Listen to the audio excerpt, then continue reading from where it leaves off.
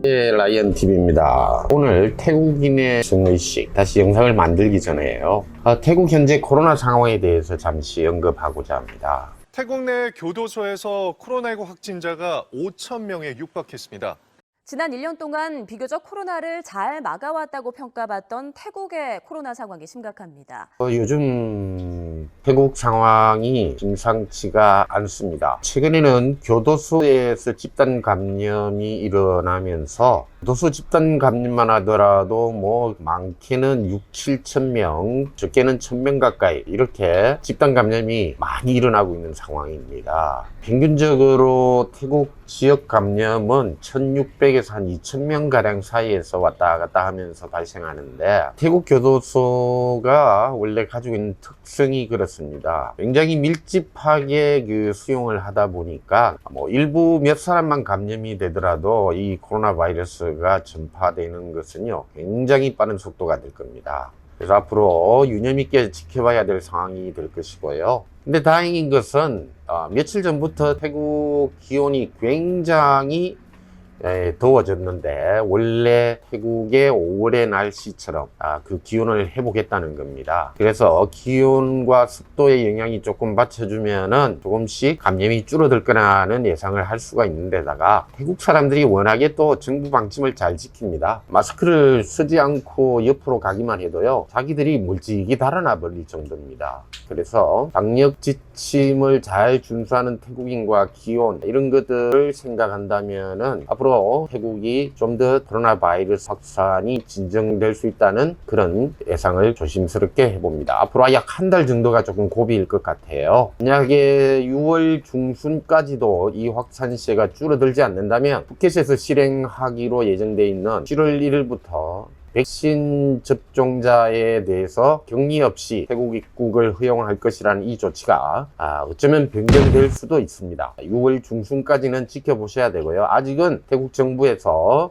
여기에 대한 취소할 것이라는 그런 보도는 없습니다. 그만큼 태국이 현재 상황에서 보면은 경제적인 문제, 방역 피로감 이런 것들이 전반적으로 태국 사회에 짙게 깔려 있어서 태국 정부 또한 이렇게 전면적인 록다운 폐쇄로 가는 것에는 굉장히 부정적인 그런 생각을 가지고 있다라고 보셔도 됩니다.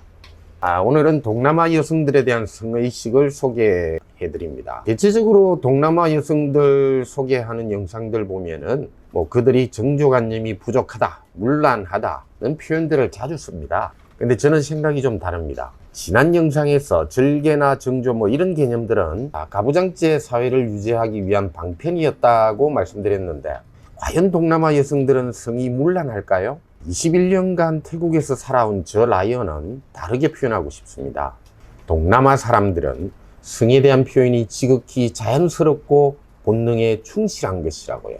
이 한국인이 가진 성에 대한 터부감을 버린다면 느낄 수 있는 사실입니다. 그래서 한국 사회에서 문제되는 성희롱이란 거 없는 게 당연하죠. 남녀가 나누는 간단한 성적 대화는 그냥 일상적이고 자연스러운 대화의 범주일 뿐이지 그 이상 그 이하도 아닙니다. 성적인 농담을 주고받으면 웃으면서 대답을 잘 해줍니다. 아니, 즐겁게 재미있게 대화를 합니다. 며칠 전에 라운딩 갔어요. 골프 치다가 옆 캐디와 이렇게 주고받은 받은 농담을 보시면은, 너 엉덩이 참 이쁘게 생겼어. 애인이 좋아하겠는데.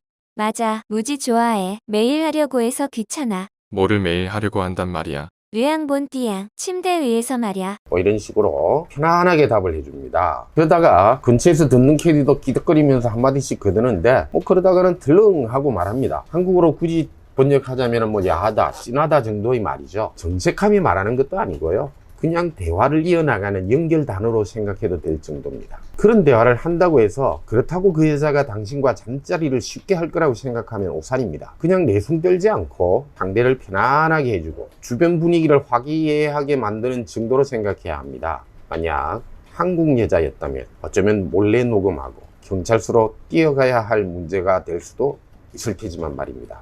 제가 4년 전 한국을 갔습니다.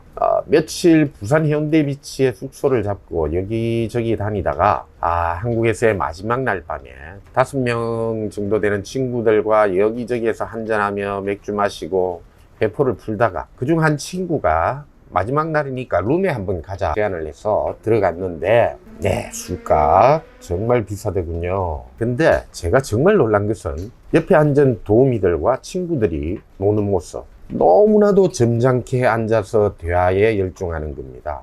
너무 이상해서, 야, 요즘 한국 문화가 이러냐? 니네들 이렇게 술 마셔? 친구 하는 말이, 친구야, 요즘은 술집에서 옛날처럼 했다간 성희롱으로 신고당한단다. 아니, 그러면 왜 술집을 가고 뭐하러 도우미를 부르냐고. 술집 여자들과 철학 얘기하고 정치 경제 토론하러 술집에 가는 겁니까? 2시간 정도 아주 점잖게 앉아 술 마시고 각각 10만 원씩 화대를 주더군요.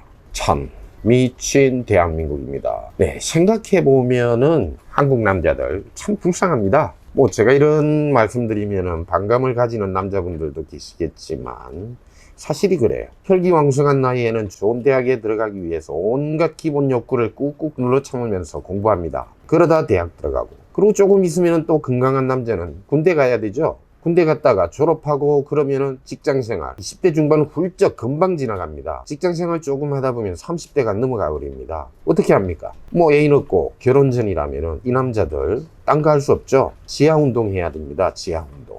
꽤 오래전으로 기억하고 있습니다. 한국에 있는 유력 일간지, 아실만한 분은 다 아시는 D신문 기자가 태국에 왔어요. 문화부 차장이었는데 태국 전통 가구에 대한 취재를 하러 와서 제가 통역을 하며 함께 다녔습니다.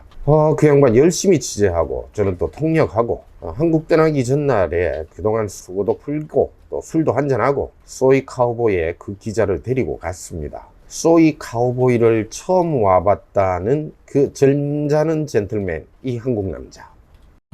세상에 이런 신천지가 있다니 정말 고맙습니다. 이런데 데려와줘서. 네, 이런 표현을 하더군요. 정말입니다. 신천지라는 표현을 썼습니다. 제 눈에는 그냥 무덤덤한 그곳이 그 사람에게는 신천지로 보였나 봅니다.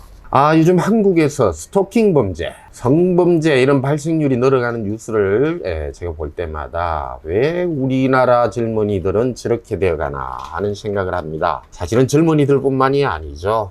인간의 기초적인 욕구는 감추어서 뒤로 꽁꽁 숨겨둔다고 해서 사라지는 게 아닙니다. 태국 경찰이 성매매 업소를 단속하지 않는 이유를 말씀드린 적이 있는데요. 단속하게 되면 성범죄 발생이 무지하게 늘어날 것이라는 이유, 태국 경찰청장이 직접 말한 겁니다. 최소한 인간이 가지는 원초적 욕망을 해소할 수 있는 여지를 만들어주고 있는 거죠. 물론 태국 경찰이 거기서 쩐을 만들 수도 있는 그런 업종이기도 합니다. 자, 성매매 업소 4창가 단속하고 그래서 대한민국에서 성매매가 사라졌나요? 배우자 있는 사람들은 바깥에서 짝짓기 하고, 그것도 못하는 남자들은 매일 밤 지하운동을 합니다. 포르노 지하운동. 식욕처럼 성욕이 또한 삶과 우리 생활과 분리될 수 없는 일상적인 것일진데 무슨 특수한 것처럼 되어버립니다. 우리가 욕망이라고 말하면 왜 변태를 먼저 떠올리게 되었나요? 식욕이나 수면욕도 다 욕망이고 그 욕망들이 다 변태적인 것인가요? 성욕도 똑같은 일상적 생명활동에 속하는 그런 욕망인데 말입니다. 내 몸은 들끓고 있는데 사실 나만 그런 줄 알고 숨기지만 실상을 들여다보면요, 너나 할 것 없이 모두가 다 똑같습니다. 단지 표현을 안 하고 못 하고 있을 뿐입니다. 태국인에게 성욕은 일상적으로 표현되는 당당한 욕망입니다. 그런데 한국인에게 있어서 성욕은 감추고 또 숨겨야 하는 욕망이 되어 있습니다. 그래서인지 태국에 오시는 한국 남정네들, 그 욕망을 당당하게 드러내어 버립니다. 감추어야 했던 욕망이었는데 여기 태국 여자들은 잘 받아주고 또 호응을 해주니까 원초적인 욕망이 부끄러운 것이 아니라고 전체적인 사회 분위기에서 포섭을 해주니까 원초적으로 드러내고 표현해 버리는 겁니다.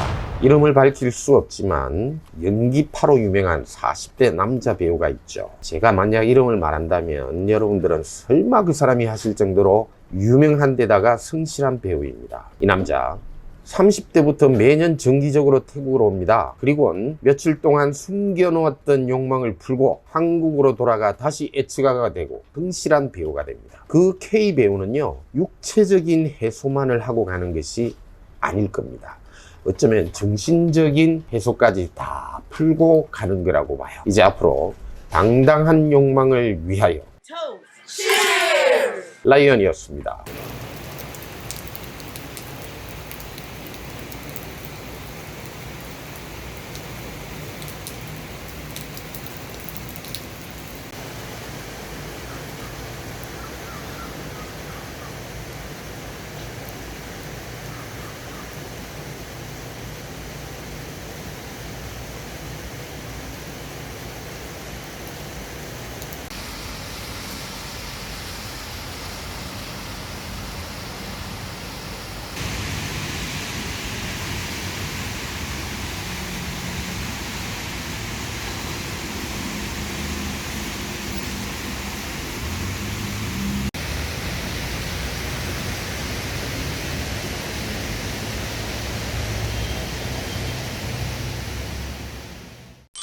사랑은 움직이는 거라 맞지?